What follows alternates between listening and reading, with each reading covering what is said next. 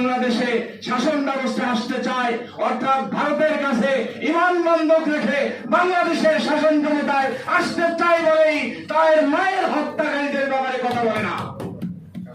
তারা বলে না আমার সীমান্তে ফেরানির লাশ কেন ঝুলেছে, একটি বড় তার মুখে সেই কথা আমরা শুনতে পাই না। 15টি বছরে দেশের মানুষকে গুম করলো, খুন করলো, হত্যা করলো, অসংখ্য আলেমদেরকে বিনা বিচারে তাদেরকে হত্যা করলো, একটি বড় তার মুখে সেই কথা নাই, প্রতিবাদ নাই, কারণ ওই দাদাদের কাছে ইমান বন্ধক রেখে বাংলাদেশে ক্ষমতায় আসতে চায়। আমরা মুসলমানরা এদেশের ইসলাম প্রিয় জনতা ঐক্যবদ্ধ হয়েছে। আগামী দিনে হায়ের পক্ষে ভোট দিয়ে সমর্থন দিয়ে ওই সমস্ত নায়ের পক্ষ, ফেসিবাদের পক্ষ, ভারতীয় ইন্ডিয়ান ওই হ্যান্ডেমানের পক্ষে আমরা তাদেরকে ঘৃণাভরে প্রত্যাখ্যান করে বাংলাদেশে একটি ইসলাম প্রিয় শক্তিকে ক্ষমতায় বসিয়ে বাংলাদেশ থেকে আগামী বিশ্ব পরিচালনার পরিকল্পনা বাস্তবায়ন করব ইনশাআল্লাহ। মুসলমানরাই আসবে আগামী দিনের ক্ষমতায়, বিশ্ব মুসলিমরা ক্ষমতায় আসবে। সেই কারণেই হযরত ওমর রাদিয়াল্লাহু তাআলা আনহু অর্ধজাহান শাসন করেছেন।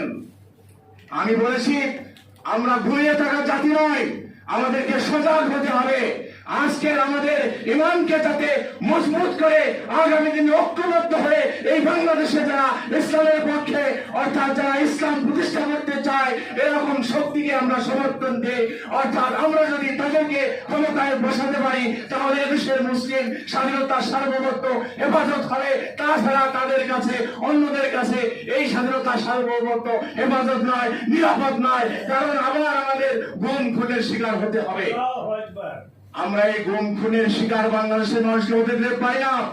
আমাদের নারীদের গায়ে তারা হাত তুলছে, আমাদের নারীদেরকে অপমান করছে, বেইজ্জতি করছে, এদেশের নারী সমাজ তাদেরকে প্রত্যাখ্যান করবে।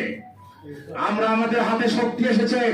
আল্লাহ রাব্বুল আলামিন বলেছেন সূরা নিসার 85 নম্বর আয়াত আপনারা পড়ে দেখবেন, স্পষ্টভাবে আল্লাহ বলেছে তোমরা তোমাদের আমানতকে যদি সঠিকভাবে বিনিয়োগ না করো, প্রয়োগ না করো, তোমাদের এই সমর্থনের কারণে যদি কোনো মানুষ অন্যায় করে, খুন করে, জিনা করে, ব্যভিচার করে, চুরি করে, ওই চুরির ভাগ, ওই অন্যায়ের ভাগ তোমাকে নিতে হবে। আর যদি তোমার সমর্থনের কারণে, তোমার ভোটের কারণে যদি কোনো মানুষ কল্যাণমূলক কাজ করে, ভালো কাজ করে, তাহলে তুমি ওর একটি সদকা এবং একটি জাযা তুমিও পাবে। সুতরাং আমাদেরকে ভালো মানুষের পক্ষে সমর্থন দিতে হবে, হায়ের পক্ষে সমর্থন দিতে হবে, ইসলামের পক্ষে সমর্থন দিতে হবে। তাহলে আজকের এই অনুষ্ঠান মুসলিম উম্মার এই প্রোগ্রামের সেমিনার সফল হবে বলে আমি মনে করি। সম্মানিত ভাইরা, আলোচনার সময় সংক্ষিপ্ত, আপনাদেরকে আরেকটি কথা বলে আমি আমার সংক্ষিপ্ত বক্তব্য শেষ করছি। সেটি হচ্ছে সূরা হজের 38 নম্বর আয়াতে আল্লাহ রাব্বুল আলামিন বলেছেন ইন্নাল্লাহা লা ইউহিব্বু কুল্লা খাওয়ানিন কাফুর, নিশ্চয়ই আল্লাহ পছন্দ করেন না বিশ্বাসঘাতক এবং অকৃতজ্ঞকে।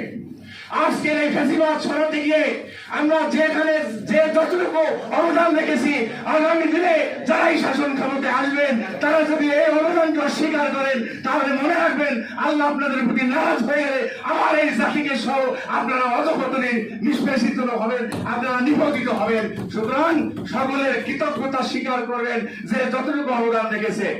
এই কথা বলে আগামী দিনে ঐক্যবদ্ধ আন্দোলনের মাধ্যমে একটি ইসলাম প্রিয় সরকার প্রতিষ্ঠা করার উদাত্ত আহ্বান জানিয়ে আপনাদের সকলের সুস্বাস্থ্য কামনা করে আমি আমার সংক্ষিপ্ত বক্তব্য শেষ করছি। আল্লাহ।